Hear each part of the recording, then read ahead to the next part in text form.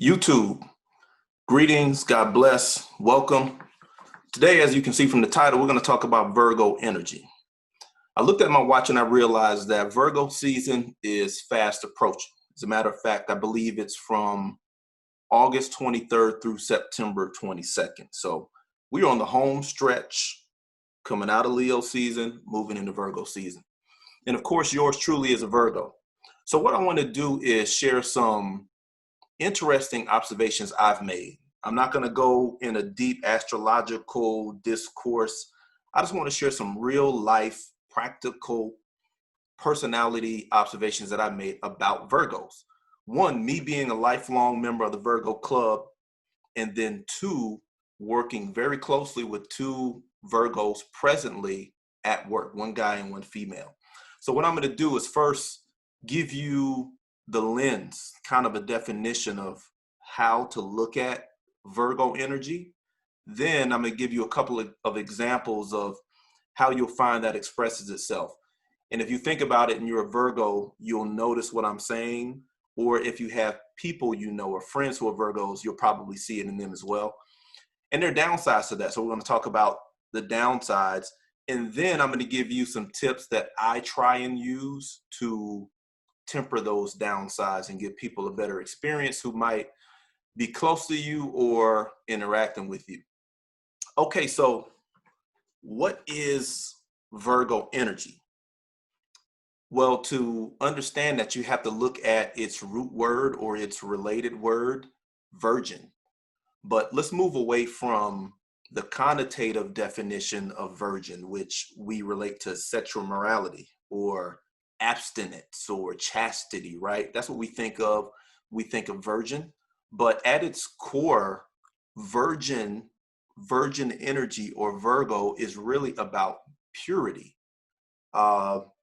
Having something that is not mixed with anything else. It's like a homogeneous solution. It hasn't been mixed together with anything else yet.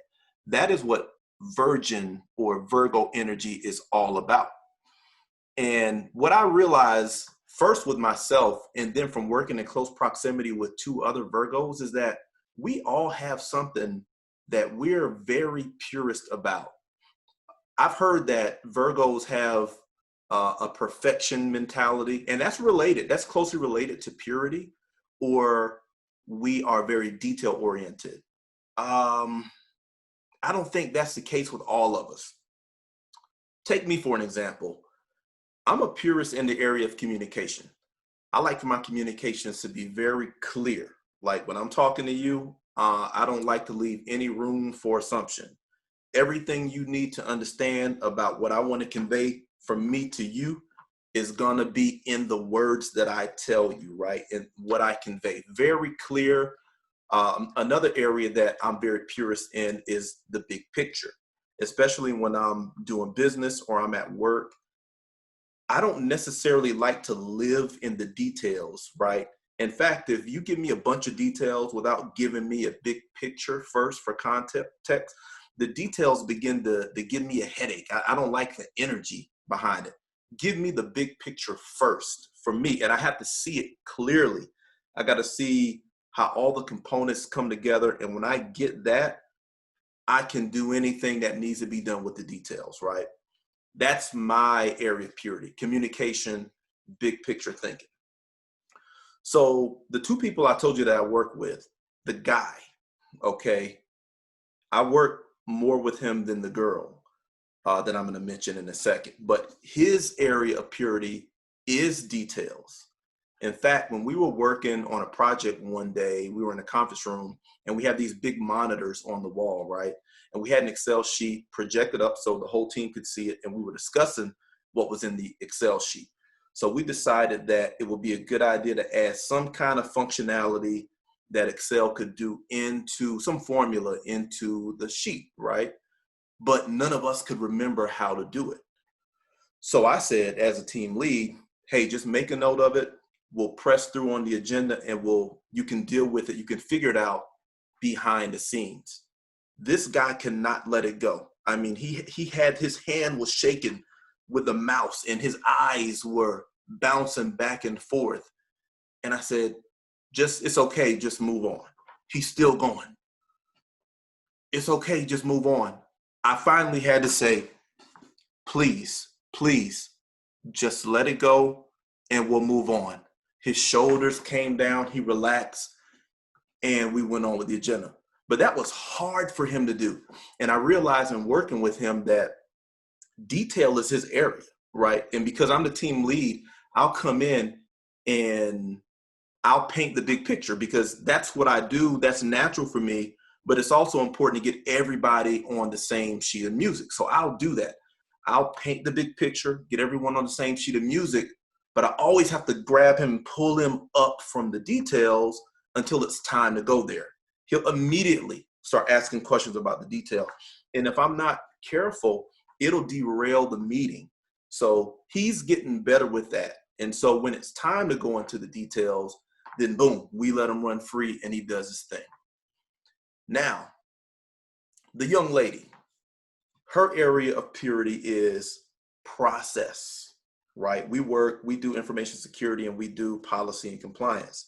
So we deal with processes all day. In fact, we have a policy writing or policy update process that stakeholders across the whole enterprise have to use, right, to update areas of the policy that belong to them. So anyway, whenever we engage stakeholders and we've sent them read-aheads, we've given them instructions, right, and then we get in the room and they show that they haven't read those instructions, you better believe she's speaking up and she's asking, well, did you read the instructions?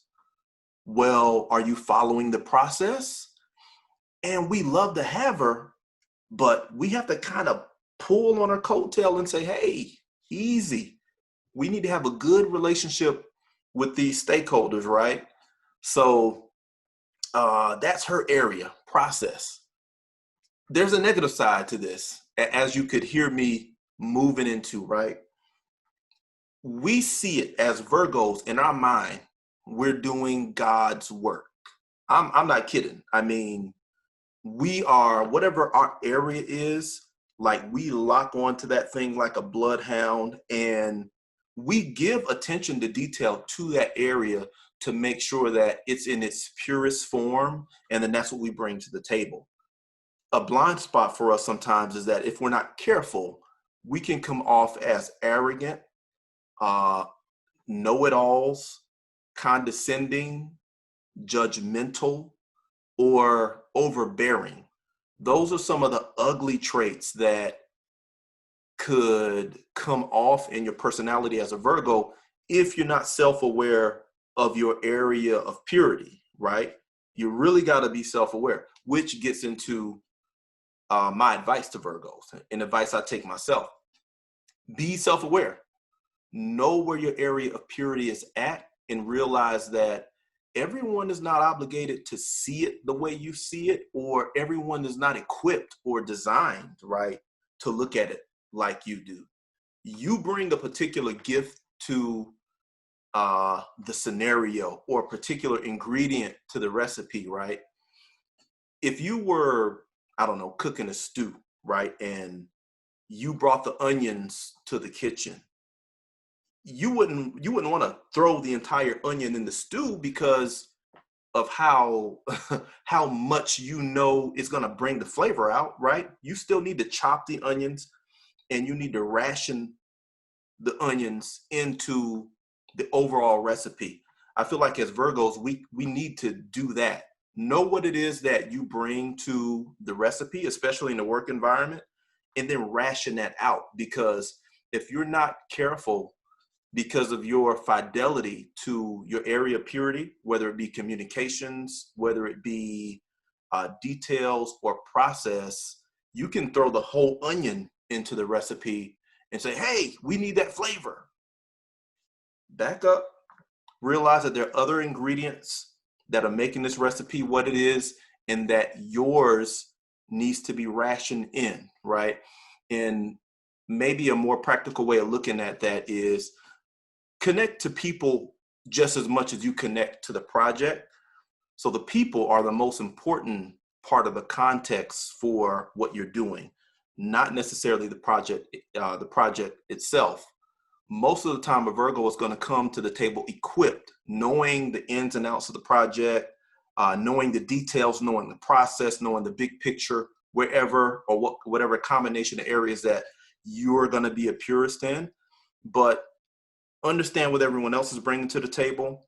When you're speaking, be aware of the room. Learn to read the room, the dispositions of folks, the body language of folks, because one of our biggest blind spots is not knowing when we're being too much, we're being overbearing, which is a very ugly personality trait. I mean, it's no way around it. And I don't think that it's something that's going to completely go away with Virgos. You just need to be around people who understand uh, who you are and what you bring to the table. And if you're really good at what you do, people are more tolerant of some of your edgier traits. So keep that in mind, but understand that you're a part of the solution. Be really good at bringing that part of the solution that you bring, and have respect to what everyone else is bringing, right? And when you do that, you'll find that people more times than not will agree that what you're bringing to the table is very good and that you are right about what you're suggesting. And it just helps the overall relationship to move the project forward. And that's what you want. And you can translate that into relationships and other things as well. So there's a lot of things that we could talk about pertaining to Virgos coming into Virgo season, but I'm going to end it there, and I'm going to invite you to leave comments below on your Virgo experiences. But that's it for today. Get ready for Virgo season. It's on the way. Until next time, go ahead and like and subscribe. I'd appreciate that very much. Yeah, that's it. Stay ready. Stay blessed. Peace.